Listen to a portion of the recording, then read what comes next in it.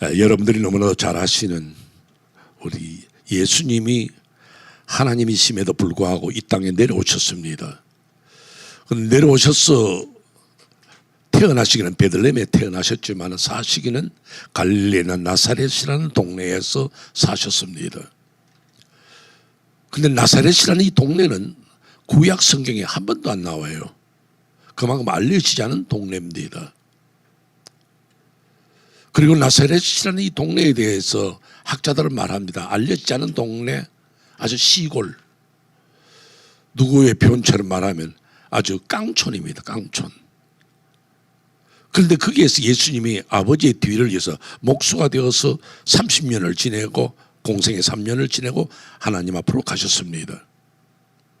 그러면 예수님이 그 30년 동안 목수로서 살아가는 동안에 거기가 어떠했을까? 제가 말씀드린 것처럼 깡촌인데 그게 집을 얼마나 짓겠고 그게 무슨 빌딩이 들었겠고 건축 사업이 있겠어요? 별 것 없습니다. 학자들은 아마 예수님 거기에서 우리 표현으로는 목수라 그랬지만은 막일하시고 허드렛 일을 하셨을 것이라 그렇게 생각을 합니다. 아버지가 일찍 세상을 떠났기 때문에 예수님이 가장 역할을 합니다. 어머니 계시죠? 예수님에게 남자 동생이 넷 있습니다. 성경에 나옵니다.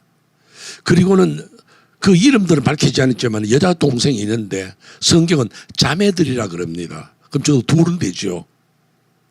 그러면 그렇게만 따져도 8식구입니다. 그 시골에서 허드렛 일을 하면서 이 8식구가 살아간다는 게 얼마나 어렵겠습니까? 먹고 살기가 바쁘죠. 그런데 예수님이 그 당시에 만약에 유대인들의 학교가 있어서 랍비 학교 그런 데 있었으면 친구도 만날 수 있고 사귈 수도 있고 동창도 있지 않겠어요? 그런데 그 시골에 살면서 누구를 만났겠어요? 이렇게 길게 설명을 드리는 것은 예수님이 그만큼 외로운 삶을 사셨다는 거죠. 딱 하나 위로받는 데가 있었습니다. 그건 바로 뭐냐면 예루살렘 근처 한 5월이 되는데 베단이라는 동네가 있는데 그것도 작은 동네예요. 그 베단이 동네에 나사로, 마르다, 마리아 3형제가 사는데 예수님 그 집과 가까웠어. 그래서 그 집에 가셔서 대접도 받고 사랑도 받고 교제했어요. 그렇게 친한 가정이에요. 그런데 그 집에 가장되는 나사로가 병이 들었다는 이야기를 듣는 거예요. 그 병이 들었다는 소식을 들을 때 예수님이 정말 사랑하는 가정이니까 빨리 가서 병을 고쳐주면 되잖아요. 또 예수님 능력 많으시니까 그 있는 자리에서 나사로야 나아라 한 말씀만 하면 나아버려요. 그런데 예수님이 아무런 움직임도 가지 않으십니다. 그런데 예수님이 어떤 영감으로 나사로를 생각할 때 그가 죽었다는 걸 압니다. 그때서 예수님이 우리 나사로를 깨우러 가자 말씀합니다. 죽었는데 깨우러 가자. 그때 제자들이 말합니다. 주님, 그렇지 않아도 유대인들이 돌로 쳐서 죽이려고 그러는데 왜 하필 또 지금 어려울 때 가려고 그럽니까? 가자는 거죠. 예수님이 제자들 데리고 베단 내려오 가십니다. 우리는 여기에서 의문을 가집니다. 왜 예수님이 나사로가 병들었을 때 안 가시고 지금 가장 위험하고 사람이 죽었다는데 지금 가시는 거예요? 의문을 가집니다. 제가 결론적인 부분에서 말씀을 드리겠지만은 그게 주님의 이유가 있고 주님의 뜻이 있고 주님의 생각이 있습니다. 왜냐하면 주님이 장차 내다볼 때에는 죽은 나사로를 살리는 그 역사가 더 위대하다는 거죠. 병자를 고치는 건 많이 고쳤습니다. 그러나 나사로를 살림으로 인해서 주님의 능력이 어떠하다는 것을 보여주고 싶었는데 제자들은 그걸 모릅니다. 마리아와 마르다도 그걸 모릅니다. 그래서 제가 여러분들에게 오늘 이 나사로의 그 설교를 여러분에게 드리면서 가장 먼저 오늘 2가지 말씀드리는데 가장 먼저 말씀드리고 싶은 것이 하나님의 계획, 하나님의 생각 이걸 우리가 알 수 있느냐는 거죠. 우리는 보통 그런 말을 잘 합니다. 나는 쟤하고 오래 사귀었는데 난 제 속을 모르겠어 그럽니다. 그럼 누구 속은 압니까? 우리가 그저 짐작하는 거지. 부부가 같이 살아도 서로 모릅니다. 남편이 무슨 생각을 하는지, 아내가 무슨 생각을 하는지. 때로는 우리는 자녀들을 봅니다. 자녀들이 무슨 생각을 하는지 부모가 모릅니다. 여러분은 부모 마음 압니까? 엄마는 나를 몰라. 그래, 엄마가 모르죠. 나도 역시 엄마 마음 모르잖아요. 그런데 우리가 하나님의 마음을 알고 하나님의 계획을 알고 하나님 뜻을 알겠느냐? 저자들 모릅니다. 왜요? 지금 유대인들이 돌로 쳐 죽이려고 그러는데 왜 갑니까 이거고? 뒤에 이야기 드리겠지만은 마르다는 마리아는 오빠가 살아있을 때 오시지 왜 죽은 다음에 오십니까? 이해를 못하는 거예요. 오늘 우리가 여기서 깨달아야 할 것이 있습니다. 그건 바로 뭐냐면 우리는 하나님의 마음을 모른다. 여러분들이 기도할 때 이런 부탁 저런 부탁 이런 소원 저런 소원을 내놓습니다. 왜 안 들어주십니까? 하지만은 여러분의 하나님의 생각을 모릅니다. 그러면 입을 닫고 있어야 돼요. 하나님 이룰 수가 있습니까? 말할 수 있겠지만 하나님을 이룰 수도 있고 하나님은 그럴 수도 있다는 걸 알아야 됩니다. 이게 기도자의 자세고 신앙인의 자세예요. 여러분 이사야서 55장 말씀을 한번 읽어볼까요? 이사야서 55장 8절 이렇게 말합니다. 하나님의 말씀입니다. 이는 내 생각이 너희의 생각과 다르며 내 길은 너희의 길과 다름이니라. 여호와의 말씀이니라.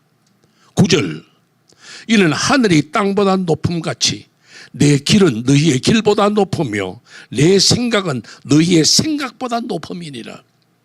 우리가 생각하는 차원 이상으로 하나님이 뭔가 생각하고 계시고 뜻을 가지고 계십니다.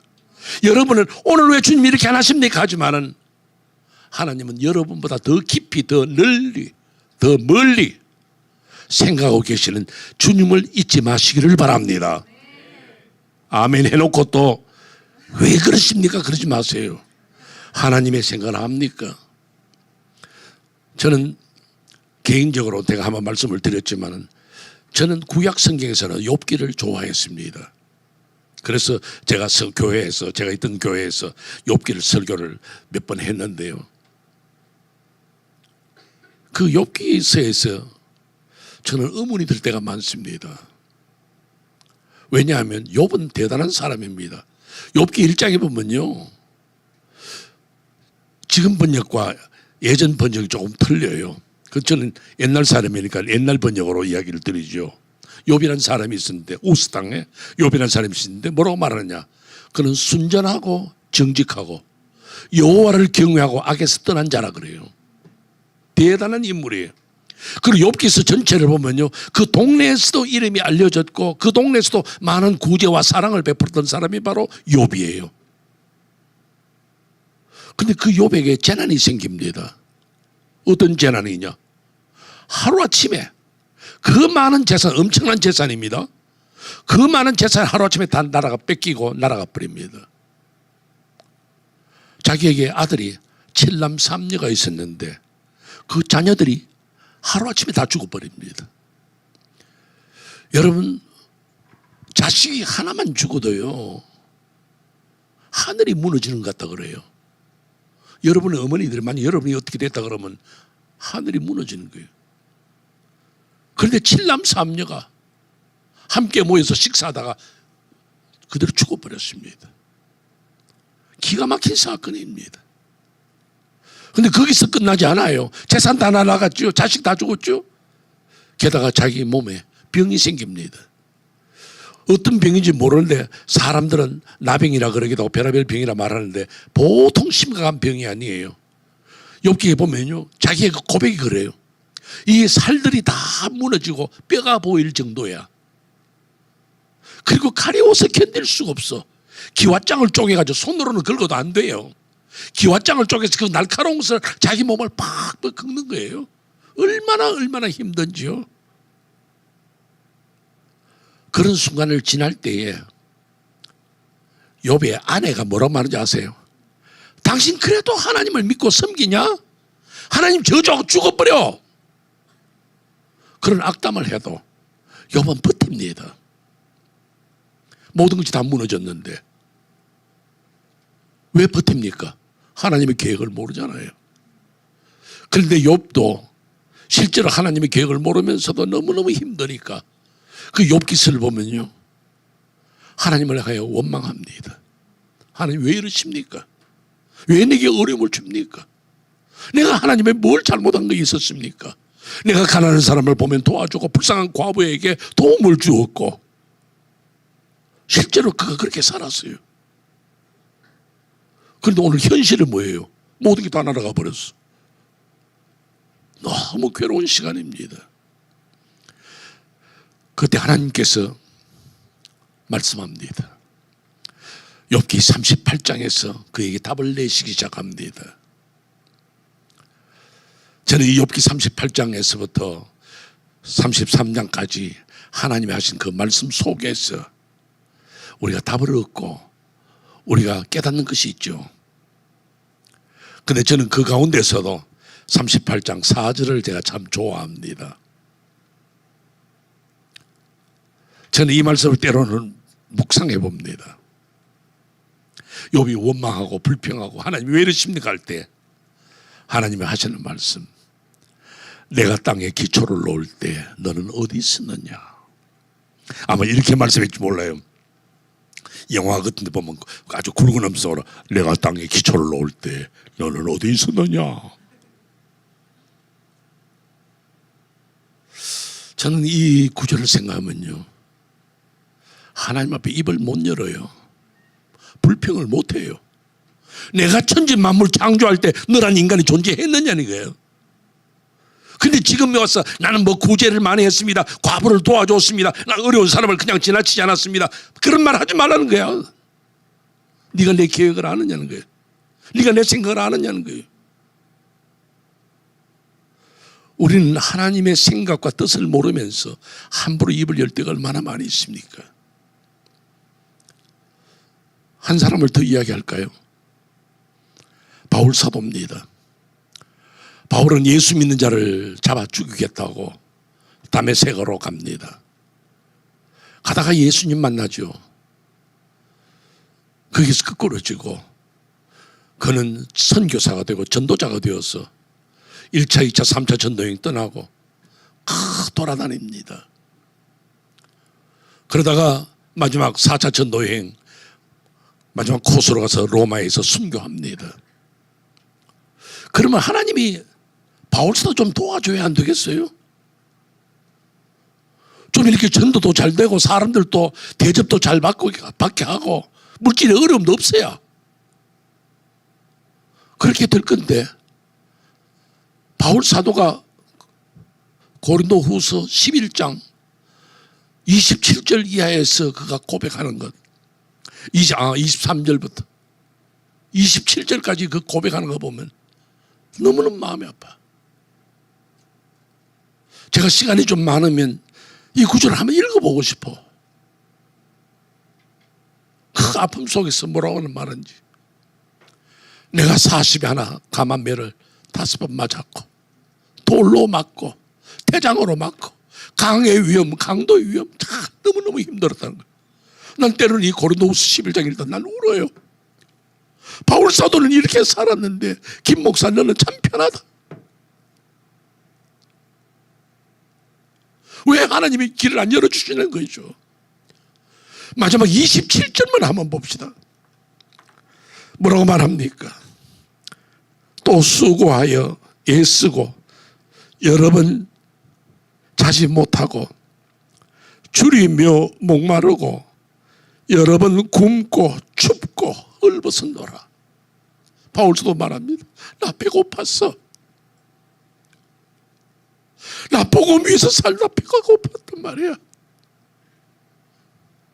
헐벗고 굶주리고. 그래도 그는 그 길을 갔습니다. 하나님이 왜 그렇게 하신지는 모릅니다. 하나님이 왜 그러한 길을 이끌어가는지는 모릅니다. 오늘 여러분들이 살아가는 그 걸음 하나하나가 다 형통하리라 생각합니까? 나 예수 믿으니까 잘 되어질 것이다. 그저 탄탄대로가 내 앞에 놓여질 것이다. 그렇게만 생각하십니까? 하나님의 뜻을 모릅니다. 인도의 유명한 선교사 스탠리 존스라는 분이 있습니다. 그분이 믿음을 가지고 인도로 갔습니다.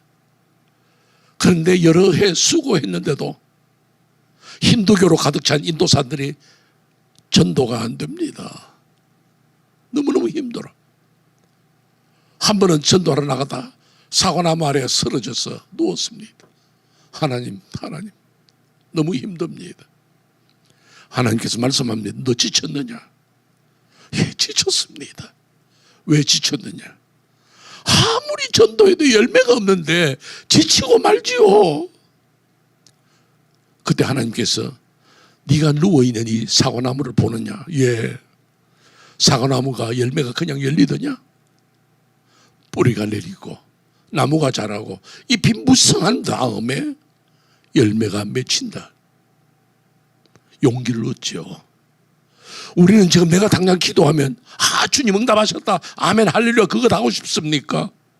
하나님의 계획을 모릅니다.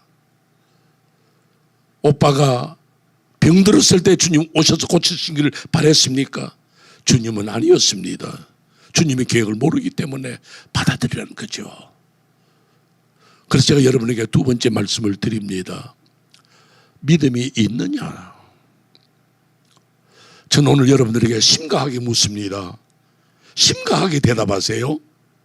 여러분에게 믿음이 있습니까? 차라리 대답 없는 게 더 정직한 거예요. 왜요? 우리의 믿음이라는 것은 이렇게 물건처럼 유형적으로 보여줄 수 있는 거 아닙니다. 내가 얼마나 그분을 신뢰하느냐, 내가 얼마나 그분을 믿고 있느냐 이거거든요. 근데 여기서 재미난 것을 하나 봅니다. 아까도 말씀드린 것처럼 예수님이 나사로가 병들었다는 소식을 듣다 안 가시고 죽고 난 다음에 가시는 거 기대 안 했죠. 또 하나 있습니다. 지금 바로 제가 설명드리는데, 자, 나사로가 병들었다, 예수님 죽은 거 아시면 바로 그 집으로 찾아가셔야 되잖아요. 근데 안 가시고 베다니 동네 입구에 서서 기다립니다. 그러니까 사람들이 예수님이 너희들 찾으러 왔는데 하니까 마르다는 예수님 맞으러 갑니다. 근데 마리아는 안 가고 집에 있습니다. 왜 그랬는지 아세요? 마리아는 삐쳤어요. 우리가 예수님을 그렇게 사랑했는데, 오며 갈 때마다 우리가 대접했는데, 주님 오빠 살았을 때는 안 오시고, 살아있을 때는, 병들었을 때는 안 오시고 이제 와가지고 뭘 하겠다는 겁니까? 사람 죽어버렸는데, 끝났는데 예수님 안 본다는 거예요. 그래서 집에 혼자 있는 거예요. 그래서 언니는 갑니다. 예수님 만나죠. 뭐라고 말합니까? 예수께서 여기 계셨더라면 내 오라비가 안 죽었을 건데, 할 수 있는 말이죠. 그런데 예수님이 네 오라비가 살리라. 예, 부활할 때는 다 삽니다. 나도 압니다. 아니요, 살리라. 오늘 우리는 먼저 이것을 하나 생각해보고 넘어가려고 합니다. 뭐냐면, 우리는 언제나 주님을 만나면 끝났을 때에는 이제 주님하고 이야기하고 싶은 마음이 없어요. 왜요? 다 끝났으니까. 지금 뭔가 프로세스가 있으면 이때 주님 좀 부탁해가지고 잘 되도록 해달라는데, 회사에서 직원 채용하는데 끝났다고 그럽니다. 의사를 만났는데 의사가 내 병은 안 된대요. 끝났어요. 그럼 여러분 기도 안 합니다. 다 끝났는데 뭐. 학교 떨어져 버렸습니다. 이제 끝났어. 그럼 기도 안 합니다. 그러면서 이제 뭐가 나옵니까? 내가 주님을 얼마나 사랑했는데, 내가 두란노교를 얼마나 잘 섬겼는데, 내가 찬송 부르면서 열심히 내가 인도했는데, 내가 손을 들고 찬송 부르면서 주님을 얼마나 잘 섬겼는데, 헌금을 내가 얼마나 많이 말했는데, 교회 전도하는 거 몇 사람 다 내가 전도해왔는데 나는 이렇게 했는데 왜 주님은 이렇게 하십니까? 하는 원망과 불평이 우리 속에 생긴다 이 말이에요. 그렇기 때문에 마리아처럼 삐쳐서 이제 난 기도 안 해, 나는 이제 주님 안 만나, 이런 식이 된다 그래요. 그러나 그것이 신앙이 아닙니다. 오늘 우리가 진정으로 생각해야 되는 것은 내가 어떤 어려운 상황 속에 떨어진다 해도 내가 얼마나 주님을 바라고 주님을 믿을 수 있느냐. 다른 사람들은 다 무너졌다 해도 내 믿음은 무엇이냐. 그런 절망적인 사건 앞에서도 나는 하나님 앞에 기도하리라, 하나님 앞에 의지하리라는 이 귀한 신앙의 자세가 있어야 한다 그 말입니다. 이젠 끝났다 해도 아닙니다. 주님은 살아 계십니다. 이런 믿음의 자세가 있어야 되는 거예요. 우리 믿음, 난 때로는 이 믿음을 이런 식으로 비교를 해봐요. 여러분 아직까지도 뭐 학생들이고 청년이니까 골프를 안 쳐봤죠. 골프 안 쳐봤죠. 목사님은 젊을 때 골프를 쳐본 사람입니다. 나도 젊을 때 있었다니까. 지금 머리가 허옇지만 여러분도 수노를 내일은 하얘죠. 근데 골프를 치면요, 진짜 골프가 힘들어. 어려워요. 예를 들어서 이 티샷 하는 데서 탁 장타를 날리잖아요. 뭐 150야드를 갔다 뭐 200야드를 갔다 해도 괜찮아요. 대단하잖아요. 그 다음에 또 그 다음 타 치고 가서 매 한 타 칠 때마다 한 타씩 올라가죠. 그러다가 이제 홀 컵이 있는 그린이라는 데가 있어요. 그린으로 쫙 올라놓으면 퍼터를 들고 이제 그 공을 넣어야 돼요. 그때 또 그게 퍼팅이 진짜 어렵습니다. 멀리 장타 치는 것도 어렵지만은 그린에 올라가 칠 때요, 우리는 그런 볼 줄을 몰라. 그러나 프로들은요 다 보면서 잔디를 이렇게 깎았구나. 그러면 공이 가다가 잔디에 걸릴 수 있어. 이쪽으로 쳐야 되겠다. 아, 언덕이 이렇게 기울었나요? 그러면 공이 저쪽으로 흘러가겠구나 생각하고 퍼팅을 해요. 우리가 그걸 모르니까 이래 치고 저래 치고 하는데 그 앞으로 갔다가 왔다가 해요. 어느 잘 치면요, 홀컵 옆에 거의 갔다가 그만 쏙 들어가면 얼마나 좋겠어.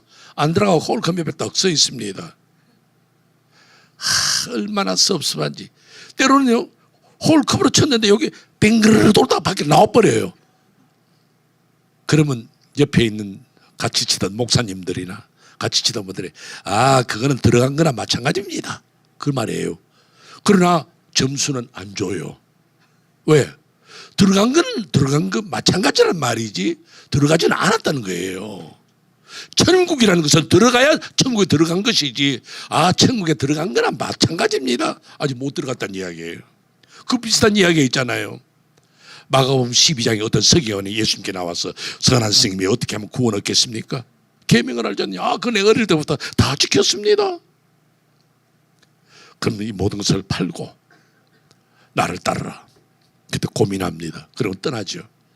그때 예수님께서 뭐라고 말씀하시는지 아세요? 마가복음 10장에 보면요, 그 서기관에게서 저 사람은 천국에서 멀지 않도다 그럽니다. 천국에 들어갈 사람이다 말 안 합니다. 천국에서는 아직까지도 멀다는 거죠. 오늘 여러분은 어떨까? 천국에 확 들어갈 수 있는 믿음이 있습니까? 어떤 상황에서 주님을 의지하고 승리할 자신이 있습니까? 그게 믿음이에요. 그렇지 않으면 우리의 믿음이 헛것이고 우리의 믿는 것이 온전하지 못하다는 그 이야기예요. 그 때문에 제가 오늘 여러분들에게 부탁드리는 것은, 오늘 우리에게 믿음이 있느냐? 내가 정말로 새벽기도 때 제가 늘 강조하면서 말씀을 드리지만은, 신앙 고백할 때, 사도신경 할 때 전능하사 천지를 만드신 하나님 아버지를 내가 믿사오며 난 하나님 믿습니다. 천지 만물을 창조하신 하나님 내가 믿습니다. 그 고백이 정말 내 믿음 속에서 나와야 되는데 입에만 붙은 고백이야. 전능하사 천지를 만드신 하나님 아버지를 내가 믿사오며, 백날 해봐요. 어떤 역사가 일어나는지. 아무것도 일어나지 않아. 내가 진정으로 내 마음속 깊이에서부터 주를 향한 고백. 그래서 결론적인 이야기가 됩니다만은 말하다가 뭐라 그랬습니까? 내가 믿나이다. 그 믿나이다 하면서도 막상 나사로의 무덤 앞에 가서 뭐라고 말합니까? 입으로만 믿나이다 했지만은 나사로의 무덤 앞에 가서 뭐라고 말해요? 나흘에 죽은 지 나흘이나 되어서 냄새 납니다. 끝났어요. 그게 믿음이에요. 뭘 믿어요? 뭘 믿어? 예수께서 너를 부르신다고 마리아가 갑니다. 마리아도 예수님 앞에 가서 똑같은 소리 합니다. 예수님이 여기 계시더라면 내 오라버니가 죽지 않았겠는데, 예수님이 왜 아까 제가 말씀드렸잖아요. 그 집으로 바로 안 가시고 베다니 입구에 서 계셨느냐 이거죠. 그것은 두 자매의 믿음의 인터뷰였던 거예요. 우리가 어떤 어려움에 부탁했을 때 내 믿음이 어떠냐 이거죠. 주님이 그 믿음을 체크를 하신 거예요. 마르다 입으로는 믿나이다 했지만 안 믿었어. 불합격. 마리아 왔습니다. 안 믿었습니다. 왜? 가슴에 섭섭함과 억울함과 속상함이 있으니까. 불합격. 두 자매의 불합격을 보면서 예수님의 마음이 어땠겠어요? 너무 마음이 아프거든요. 그래서 예수님께서 눈물을 흘리시더라 그래. 내가 그렇게 가까이 하고 내가 그렇게 말씀을 전해주면서 믿음으로 살기를 바랬는데 하나도 안 믿더라는 거예요. 오늘 여러분이 학원에 나갔을 때에, 여러분의 집에 있을 때, 여러분의 문 밖에서, 병원 밖에서, 여러분의 학교 밖에서, 오늘 두란노교회 입구에서 여러분에게 믿음을 인터뷰하실지 모릅니다. 네가 믿음이 있느냐? 네가 믿느냐? 분명한 대답이 여러분에게 있어야 합니다. 여러분이 아실지 모르겠습니다. 이 미국 텍사스에 그 유명한 교회가 하나 있습니다. 레이크우드 처치라고. 그 담임 목사님이 누구냐면 조엘 오스틴인데, 여러분 이름 많이 들었을 거예요. 우리 한국에 그분이 쓴 긍정의 힘이란 그 책이 번역돼서 그때 대단한 히트를 했습니다. 그 조엘 오스틴 목사님의 어머니가 계시는데, 어머니가 병원에 갔는데 암이라는 진단을 받았습니다. 사람은 누구나 그렇잖아요. 개인도 그렇고 가족도 그렇고. 왜 내가 암에 걸려야 되느냐? 왜 우리 어머니가 암에 걸려야 되느냐? 그렇게 예수 잘 믿는데.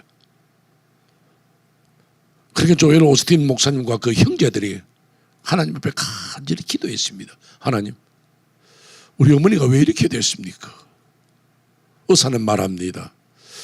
죄송하지만 몇 달도 아니고 몇 주밖에 못 삽니다. 마지막 통보받은 거예요. 그런데 어머니는 하나도 걱정을 안 해. 그들 걱정하지 마라.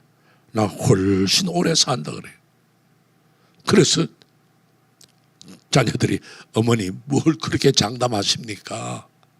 어떻게 오래 산단 말입니까? 의사가 몇 주밖에 안 된다는데요. 그때 어머니께서 하시는 말씀, 주님과 주님의 권능을 믿을 때에 나는 강하다.